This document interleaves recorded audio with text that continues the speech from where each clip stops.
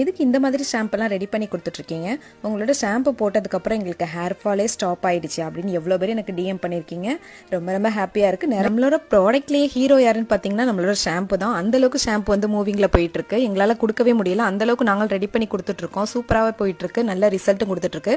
நிறைய பேர் கேட்டது என்ன தெரியுமா, எங்களோட ஹேர் வந்து சில்கினஸ் தான் இருக்குது, கண்டிஷனர் போட்ட மாதிரி இருக்குது, இதுக்கு நீங்கள் என்ன பண்ணுறீங்கன்னு தான் நிறைய பேர் கேட்குறீங்க. அதுக்கு ஒன்றுமே கிடையாது. இந்த ஜெல்லு தான், ஆலிவ் சீட்ஸ்லேருந்து நம்ம ஜெல் எடுத்து தான் நம்ம வந்து அதில் போடுறோம். ரொம்ப ரொம்ப நல்லா இருக்கும், சில்கினஸா. நீங்க வந்து உங்களோட ஹேர் வந்து ஸ்ட்ரக்சர் பாத்தீங்கன்னா ஒரு ஸ்பா பண்ணா எப்படி இருக்குமோ ஹேர், அந்த மாதிரி தான் இருக்கு. ஏன்னா நாங்களும் யூஸ் பண்ணிட்டு இருக்கோம், நிறைய பேர் யூஸ் பண்ணாங்க, ஃபுல்லா இதை தான் சொல்லிட்டு இருக்கீங்க, எங்களோட ஹேர் ரொம்ப சில்கியா இருக்கு அப்படின்னு சொல்லிட்டு. எஸ், அது மாதிரி தான் இருக்கும். கண்ணுக்கு மை எவ்வளோ அழகோ அது மாதிரி தான் ஹேருமே. நம்மளுக்கு எல்லாருக்குமே ஹேர் இருந்தால் தான் பார்க்கறதுக்கு அழகாகவும் இருக்கும்.